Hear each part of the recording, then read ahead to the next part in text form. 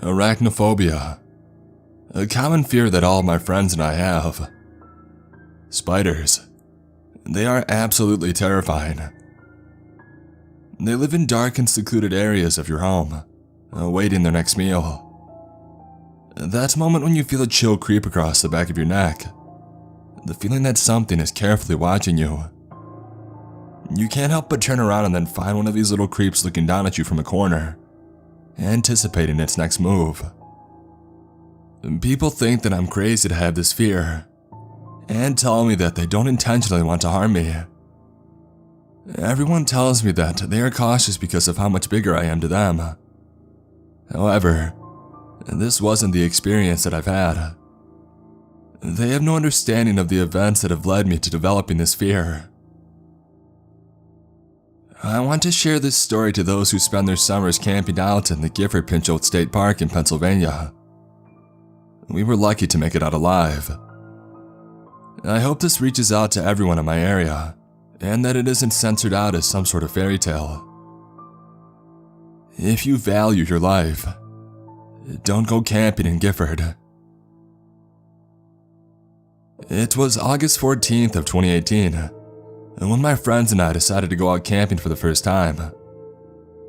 We had attended a few classes a few months prior on camping safety at a local venue for hikers and campers. We've never been out in nature other than a day of fishing, so we figured that it would be the safest option to ensure that we knew what we were doing. I, for one, had no idea how to pitch a tent or how to make a fire. Neither did Chad or his girlfriend Emily.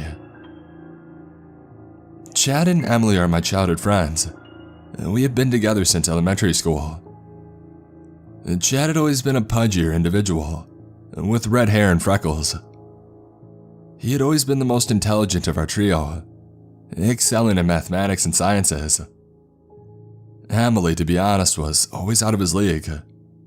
Her beautiful blue eyes, a slender figure, and her desire to create art had always infatuated me. If only she knew how I felt for her.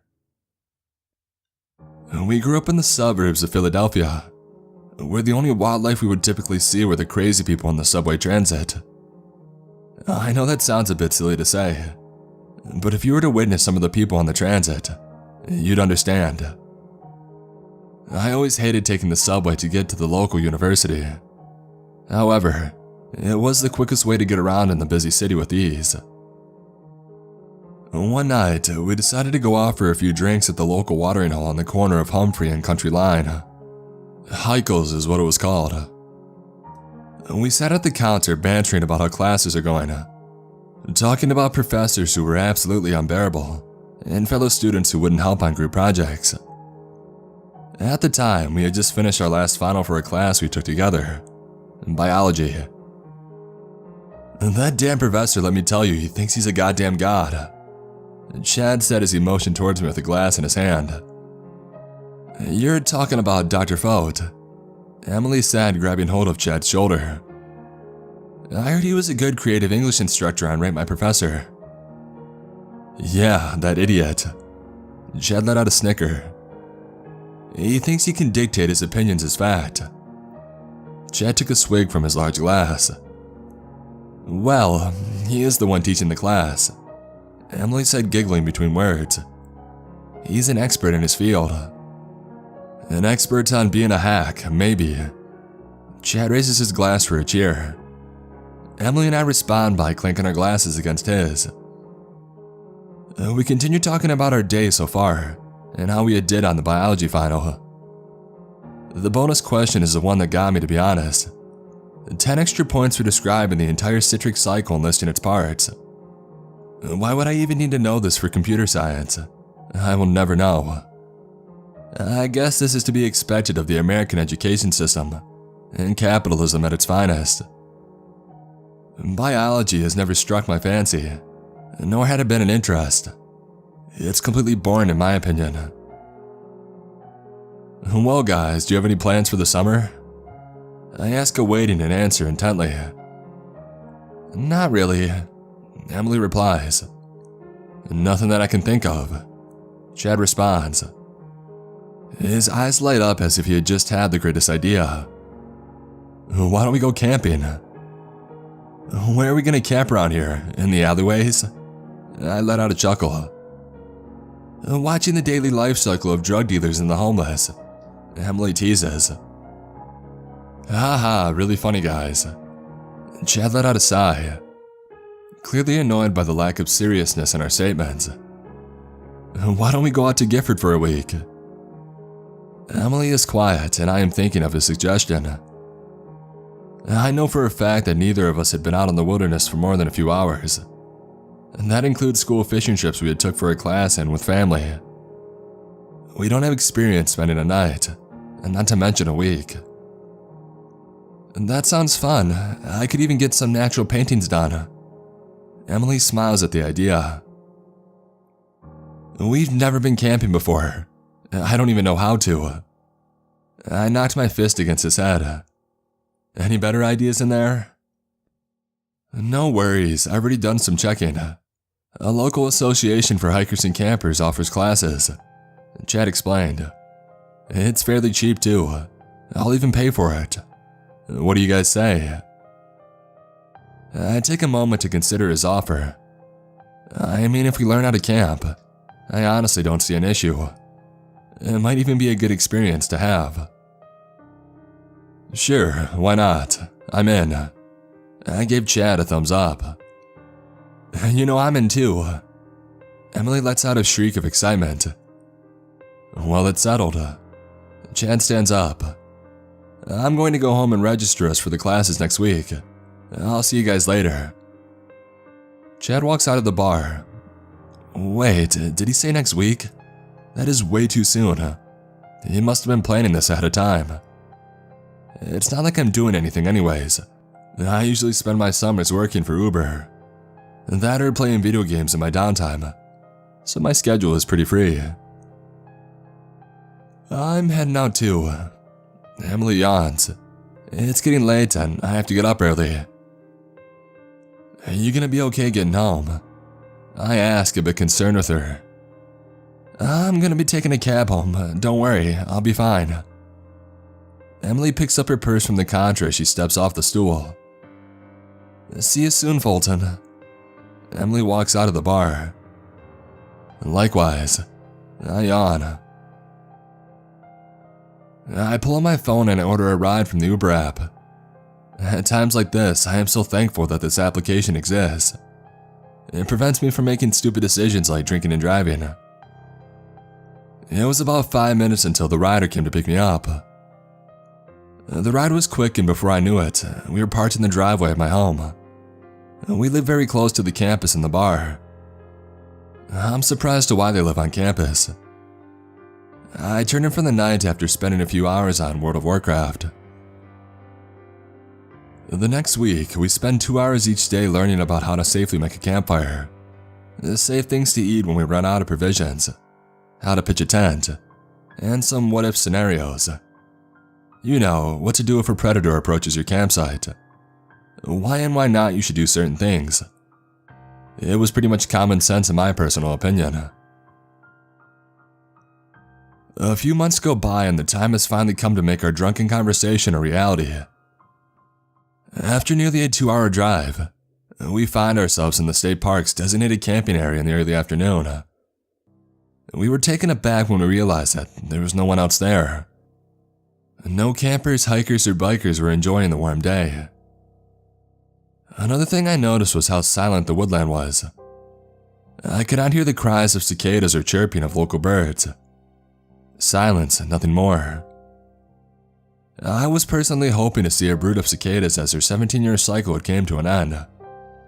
According to some of the park pamphlets, they were expected to make an emergence this week. While Chad and Emily set up the tent in our campsite, I decided to go collect some firewood for the night. To be honest, it was more of an excuse for me to go hunting for cicada shells. When I was younger, I would always hunt and collect their shells. My parents would eventually find the display I made of my proud collection and toss it away after a few weeks. I was an odd child, but I always loved my creepy crawlies. After collecting a bundle of sticks, I came across a pine tree covered in shells.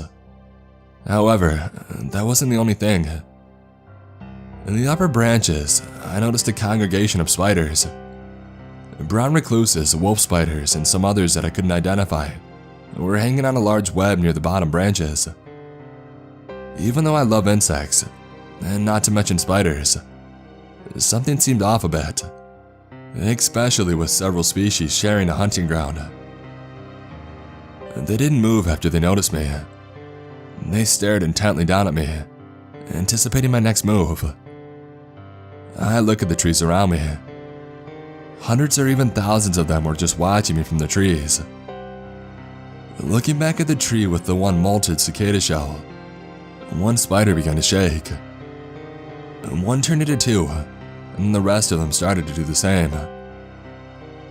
A gut feeling told me to pick up the firewood and to run away, but I was too curious as to why they were doing this. I know they usually only shake the web to scare off predators, but I wasn't in reach, so why were they doing this? Out of nowhere, they began to fall from the trees. I hastened my retreat and grabbed the firewood while covering my head by the onslaught. My heart began to race and my breath along with it. I darted my eyes in every direction, trying to avoid as many as I could. It was like being pelted in a rainstorm. Holy crap, holy crap! I scream as I run towards the campsite. Occasionally, I am swiping what I can reach in my body to knock off any that had landed on me. I was just attacked by spiders, many of them to mention, but luckily I wasn't bitten. I should take note to watch the trees on my next round. After running for about 5 minutes, I managed to reach Chad and Emily without harm. I sit on the log that one of them probably had found when setting up our camp, clutching onto my chest and breathing heavily.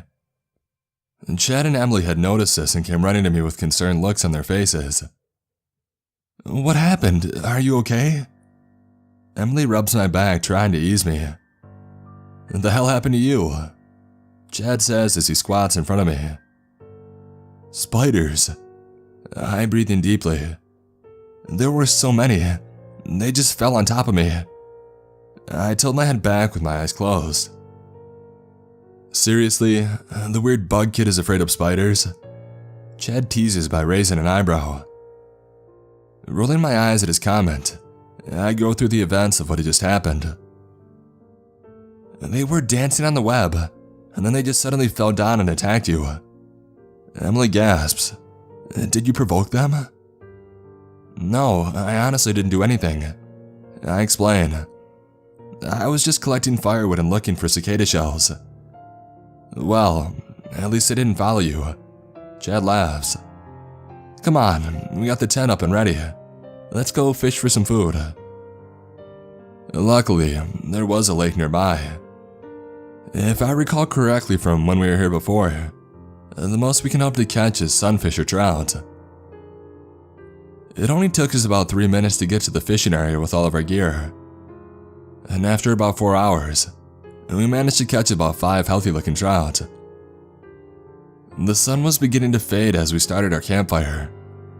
Remembering the lessons, we placed some stones around the wood laying on a dirt patch and tossed a match into it. Using 2 Y-shaped twigs and a rod that we had brought from home, we impaled the trout and roasted them over the fire. After eating, it had become dark while talking over the campfire. I had the idea of telling some scary stories. From what others have told me, that is a tradition around camping. What was that? Emily whispered. I just heard a snapping from the woods. We stayed quiet for a moment before Chad broke the silence. It was probably just a small animal. I heard tapping sounds coming from the forest. Looking over, the gaze of red eyes meet mine before it quickly darts up into the trees. What the hell was that? I scream. It had red eyes and it just shot up straight into the trees. It can't be. Emily pauses. Guys, I think we should leave. I'm going to get the flashlight. Chad jumps off from the log and runs into the tent. Shortly after, he returns with a flashlight in hand and a knife. You seriously aren't thinking of going after it, are you? Emily whispers worriedly. She clenches onto Chad's hand, holding firmly. I'll be right back.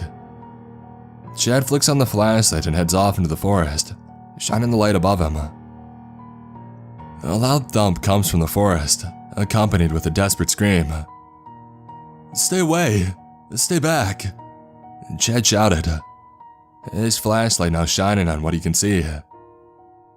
My heart stopped at the sight of it. I felt the chills run down my spine. I felt my stomach twist into a tight knot. I don't know if I can believe what I'm looking at. It looks like a large spider, but its body or skin or whatever is moving. Chad is no longer moving. Chad! Emily and I shout out. We probably shouldn't have screamed, because it locked its eyes on us before it fell apart into the spiders I saw earlier.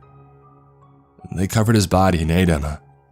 The sound of his flesh ripping and bones cracking violently filled our ears. Emily was crying, and I was trying my best to hold back my tears. Emily and I were unable to move or look away from this thing as it consumed our friend. Emily and I couldn't do anything against it. They're obviously not just spiders if they can do that. These things were calculating and intelligent. Is this what happened to the other campers out here? Is this why nobody else is camping here? Nothing was left of Chad by the time they had finished. Out of spite, I grabbed a large piece of wood and set the end on fire before tossing it into the woods. It will at least buy us time before it tries to target us next. Let's go, Emily. I tug at her arm. She's still in shock from what she had just witnessed. We can't leave Chad. She screams at me. Chad's already gone.